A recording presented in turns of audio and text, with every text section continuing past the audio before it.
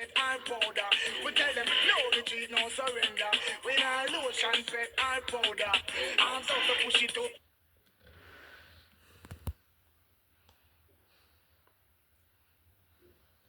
What are you planning on doing to make it habitable?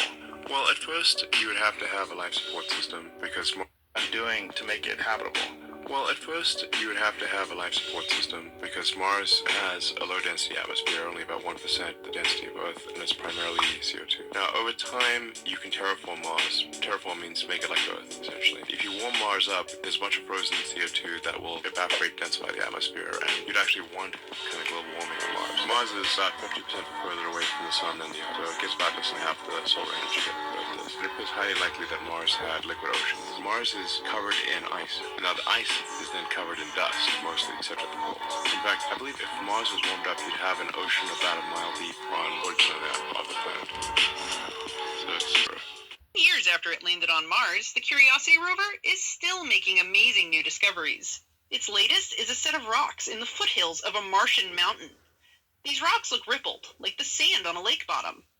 That makes sense. They formed when waves stirred up sediment on the bottom of an ancient Martian lake, which over time left this distinctive texture in the rock. This is the best evidence for water on Mars that Curiosity has ever seen, and a pre-rover still got it. Lived on Mars before Earth? Did we drain Mars's resources the same way we are now draining Earth's?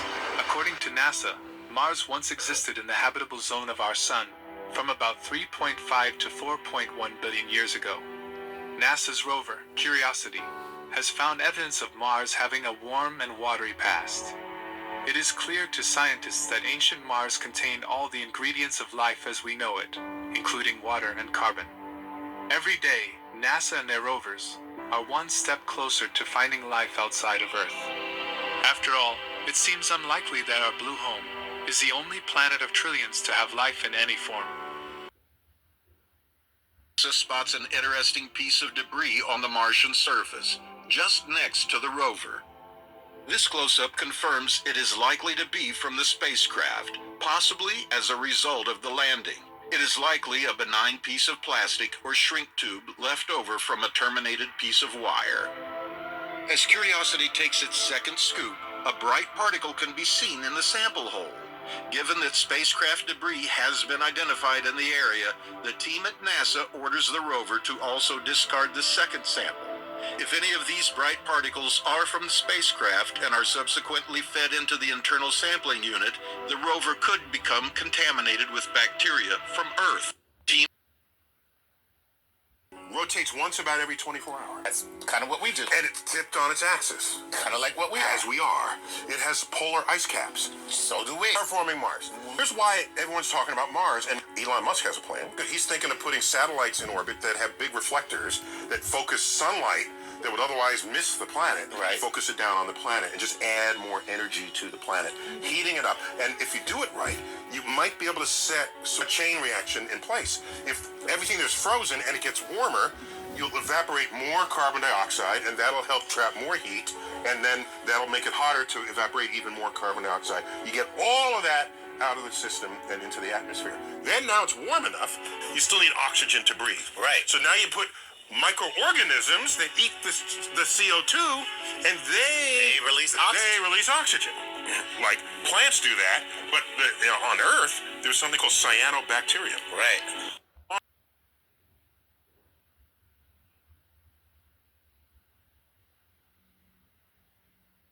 Nasty toxins to poison their competitors. And in one of the most profound steps in all of evolution, they figured out how to combine carbon dioxide with water to make tasty sugar, a process called photosynthesis. But that fancy new photosynthesis also happened to release oxygen, which was poisonous to organisms, the cyanobacteria themselves. But over time, the surviving cyanobacteria evolved to not just tolerate oxygen, but to use it, with a sort of reversal of photosynthesis, which we now call aerobic respiration. This helped cyanobacteria grow to dominate the Earth's oceans for another billion years. Eventually, though, as the Earth began to cool and nutrient supplies got used up, Some algae well adapted to those conditions also stole cyanobacteria's metabolic secrets. The algae outcompeted cyanobacteria, pushing them into the shadows across much of Earth's waters for the next billion years or so. This long interval also saw the evolution of more complicated life forms, including oxygen breathers like us, and we have held center stage ever since. But our success today is now making things awesome again for cyanobacteria. We've done this by pumping CO2 into the air, which has warmed the atmosphere and oceans, which cyanobacteria like. Also, because we over-fertilize our farm fields, the rain washes a lot of that fertilizer into rivers and oceans, providing a level of delicious nutrients that cyanobacteria haven't seen for perhaps billions of years. And that's bad for us, because these heat-loving, nutrient-gobbling microbes are once again forming sludgy, gross-smelling mats that release nasty toxins that keep their algal competitors at bay, but also make animals and people sick. And since cyanobacteria live short lives and die in large groups, floating mats of their dead bodies serve as food for oxygen-breathing decomposers, who temporarily use up all of the available oxygen in the water, killing fish, shrimp, insects, and plants in sometimes dangerously massive dead zones.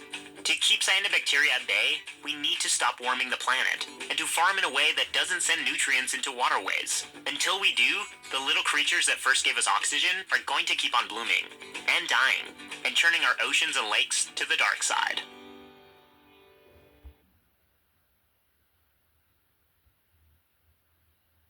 وتعبت من نعاني حياتنا كلها تعاني فهل أحد يراعي أين أنتم عن هذا الظلام الدامس bodies and deities that influence human life on earth according to Hinduism and Hindu astrology.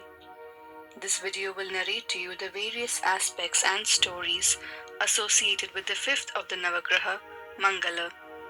To know more about the other planets of Navagraha, watch the playlist linked in the comments below. Mangal is the astrological ruler of the red planet Mars. The theme of the color red is reflected in Mangal's iconography, as he is often depicted to have red skin. Just like Kartikeya, the Hindu god of war, Mangal is also affiliated with war, battlefield, and weaponry, which is reflected in his visual depictions, as he is shown armed with multiple weapons like a sword, a mace, and a spear. Tuesday or Mangalwar is the day associated with this celestial deity. Mars or Mangal is taken to be the son of Earth, personified as Bhumi Devi.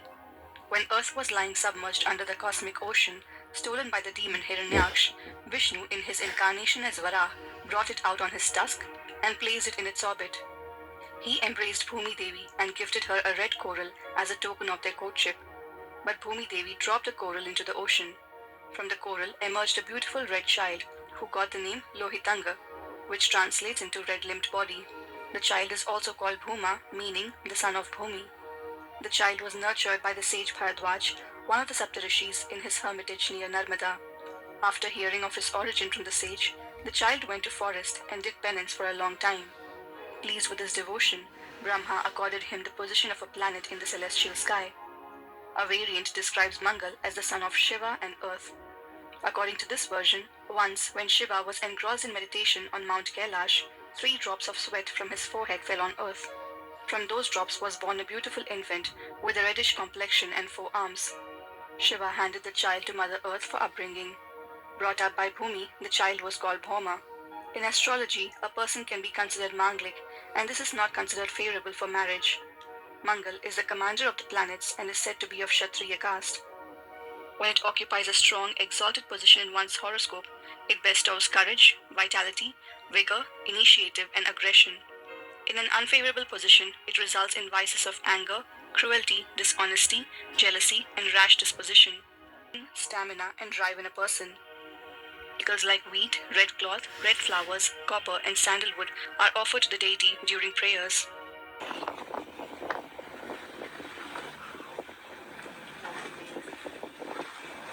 I just saw that starship blew up. There it is.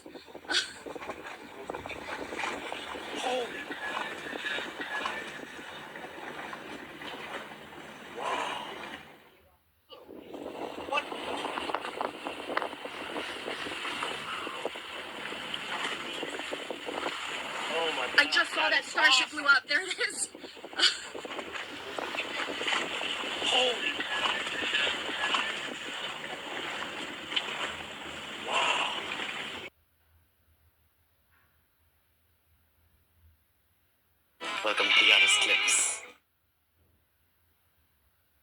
that's emotional or things like that, too watery.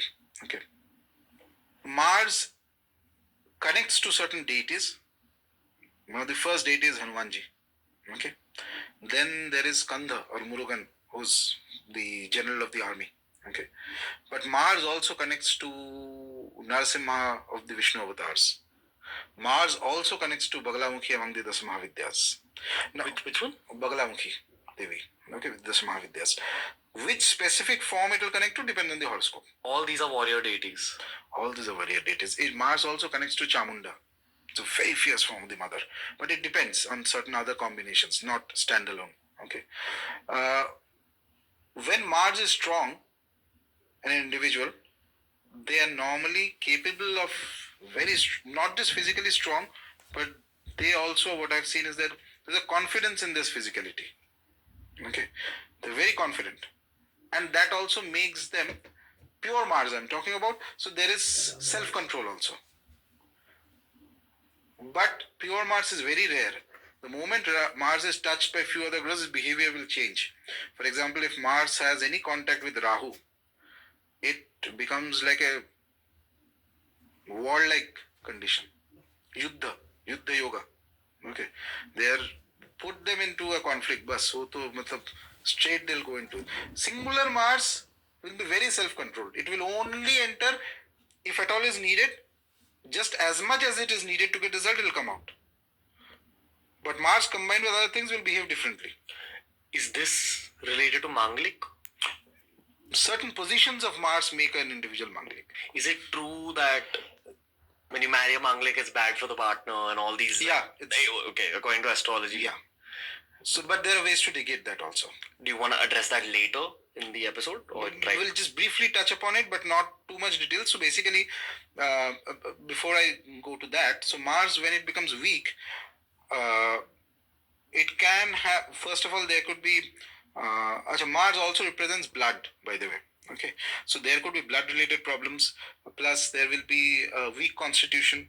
Okay. And again, when a graha is weak, it is fundamentally insecure. So that individual will have certain degree of insecurity with respect to his own physical strength. And that can manifest in very weird ways, by the way. Which means sometimes what happens is if you're insecure about certain thing, to cover up your insecurity, you may try to be proactively more aggressive. So a stronger Mars will have more self-control because he's confident of his power. A weaker Mars, even at the slightest amount of disturbance, chalo marpit karte kuch. Something like that. Will try to behave in a way that is very, aggressive. It's basically because deep down there's an insecurity, so you have to kind of prove more to yourself subconsciously, no, I am very strong.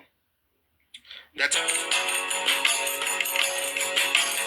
are the 9 heavenly bodies and deities that influence human life on earth according to Hinduism and Hindu astrology.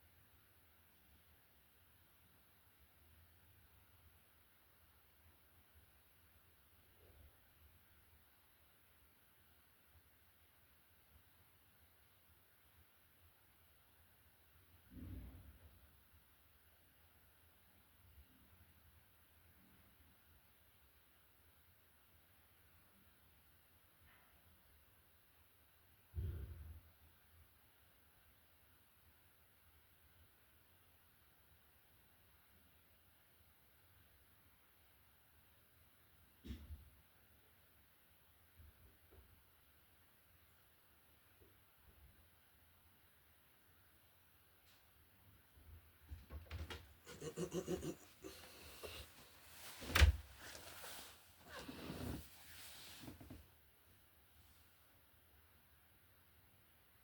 self. Get ready.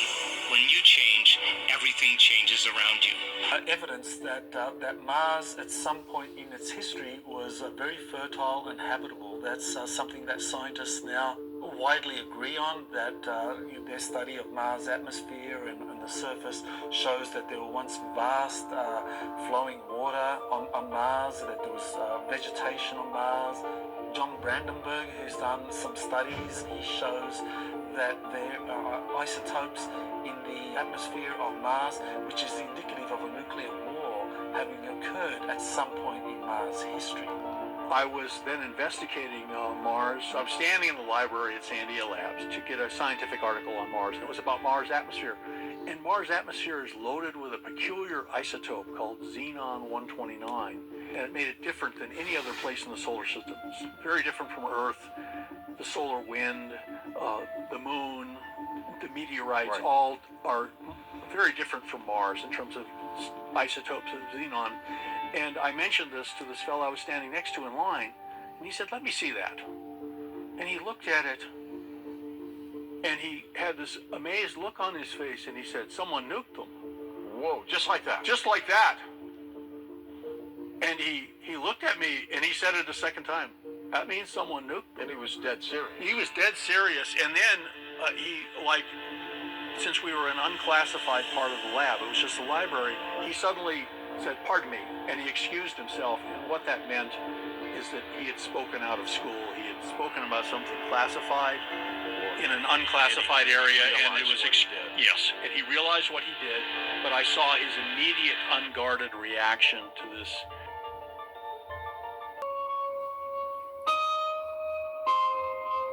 To the ancient Romans, the planet Mars was symbolic of blood and war. But to many people today, the red planet may hold the key for a bright new future for humanity. The story of Mars began about 4.5 billion years ago when gas and dust swirled together to form the fourth planet from the Sun.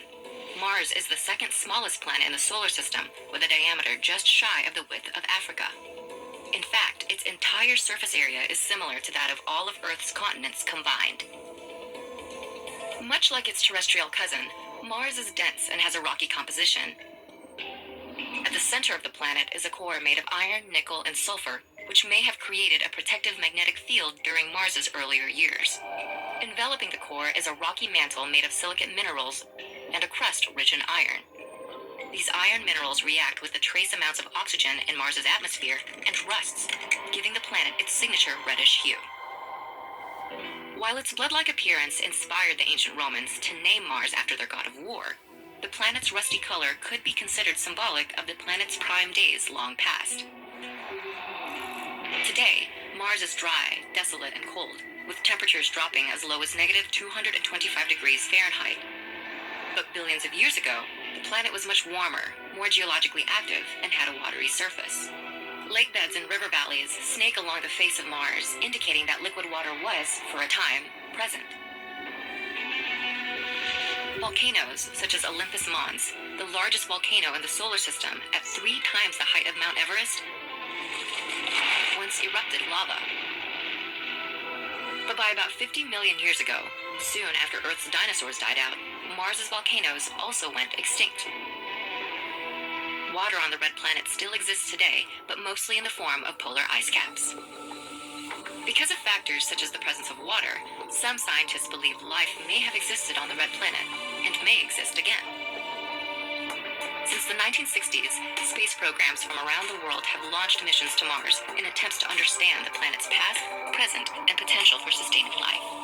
So bold it could become the most ambitious journey humanity has ever embarked on, and the work to get us there has already begun. Some people would call it a utopia, others consider it a nightmare, but what we are really looking at is the future, according to the mind of Elon Musk. Now, this all began properly in 2016 with Elon Musk's grand design for an interplanetary transport system, essentially a gigantic rocket that was built for one job and one job only, to ferry large groups of colonizers from the Earth to Mars. Now, of course, going to Mars was one of the foundational ideas behind SpaceX back in 2001, but the original plan was simply to deliver a greenhouse to the surface of the red planet so that people could see new life begin on a distant world, and then they would be inspired to someday go there themselves. It was a very cool idea, but it was also the wrong idea. People have been dreaming about exploring the stars for thousands of years. They didn't need Elon Musk to remind them that space was cool. They needed Elon Musk to build them a spaceship that could make it happen.